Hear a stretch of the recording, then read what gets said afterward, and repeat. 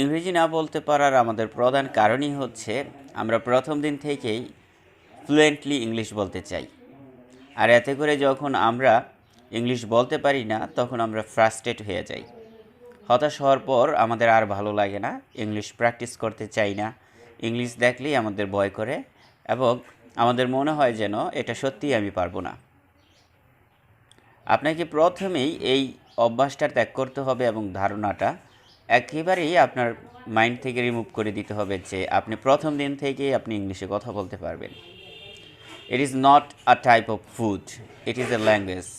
আপনাকে ভাষাটা অর্জন করতে হবে। খাবার হলে আমরা সহজেই খেয়ে হজম করে ফেলতে পারতাম, কিন্তু ভাষাকে আপনাকে অর্জন করতে হবে। You have learned your mother language since your childhood. একদম আপনার শৈশব থেকেই আপনি আপনার মাতৃভাষাটা শিখেছেন। তাই ইংরেজি ভাষাটা কিন্তু আপনি শৈশব থেকে শিখেন না, এটাকে আপনি এখন শুরু করছেন কিংবা কয়েক মাস ধরে শুরু করছেন। You have to go a long time. আপনাকে অনেক দূর যেতে হবে এবং এর জন্য আপনাকে প্রয়োজন হবে প্র্যাকটিস অ্যান্ড প্র্যাকটিস। আজ আপনাদেরকে আমি কয়েকটি বেসিক সেন্টেন্স বলবো যেগুলো আমরা প্রায় বলতে গেলে কনফিউশনে পড়ে যাই। যেমন আমরা প্রায় জিজ্ঞাসা করি যে হাউ আর ইউ, তুমি কেমন আছো, কিন্তু যখনই আমরা বলি যে হাউ ইজ ইউর ফ্যামিলি, তখন আমাদের মাথার মধ্যে কেমন যেন একটা টেনশন এসে চেপে বসে। আমরা তখন চিন্তা করি যে হাউ ইজ ইউর ফ্যামিলি, এটা তো কখনো শুনি নাই, এটা আবার কি? হাউ আর ইউ, তুমি কেমন আছো, ইউর জায়গায় যখন আমরা হাউ ইজ ইউর ফ্যামিলি কথাটা যোগ করি তখন তোমার পরিবার কেমন আছে, এইভাবে হবে। আর হাউয়ের সাথে আর ব্যবহার করেছি কারণ আমরা তারপরই অবজেক্ট হিসেবে যেটা ব্যবহার করেছি সেটা হলো ইউ। আর হাউয়ের পর আমরা how is your family, your family হচ্ছে থার্ড পারসন সিঙ্গুলার নাম্বার, এই জন্য আমরা ইজ এনেছি আর এর পরিবর্তে। ঠিক একইভাবে সে কেমন আছে, হাউ ইজ হি। তোমার ভাই কেমন আছে, হাউ ইজ ইউর ব্রাদার। তোমার বাবা কেমন আছে, how is your father.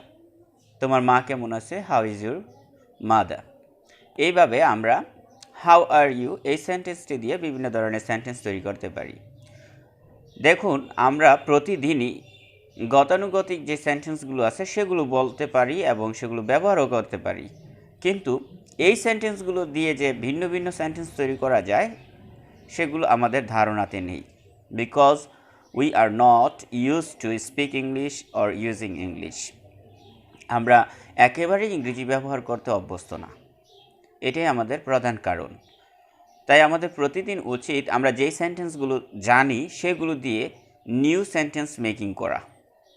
Suppose আপনি ধরেন, আমরা সবসময় বলি যে আই ইট রাইস, আমি ভাত খাই। আমরা যখন বলবো যে আমি ভাত খাবো, তখন এর ইংলিশটা কী হবে এটা আমাদের নিজেদেরই খুঁজে বের করতে হবে। তখন হবে আই উইল ইট রাইস, আমি ভাত খাবো। এখন আমরা তো বললাম যে আমি ভাত খাই কিংবা আমি ভাত খাবো। যদি আমরা বলি যে ছেলেটি ভাত খাবে, তখন ছেলেটি ভাত খাবে আর ইংলিশটা আপনাকে নিজেকেই তৈরি করতে হবে। The boy will eat rice, মেয়েটি ভাত খাবে, the girl will eat rice. এখানে আপনি দুটি নতুন শব্দ পেয়ে যাচ্ছেন, দ্য বয়, দ্য গার্ল। এইভাবে যদি আমরা প্রতিদিন নতুন নতুন সেন্টেন্স তৈরি করি তাহলে আমাদের জন্য অনেক সহজ হয়ে যাবে, নতুন নতুন বাক্য তৈরি করতে পারবো এবং অনবরত ইংলিশে ফ্লুয়েন্টলি কথা বলতে পারবো। আপনি অল্প অল্প করে শুরু করুন, দেখবেন একসময় আপনার ঝুড়িতে প্রচুর শব্দের অর্থ এবং সেন্টেন্স জমা হয়ে গেছে। এতে করে আপনি ফাস্ট স্পিকার হতে পারবেন, ফ্লুয়েন্ট স্পিকার হতে পারবেন।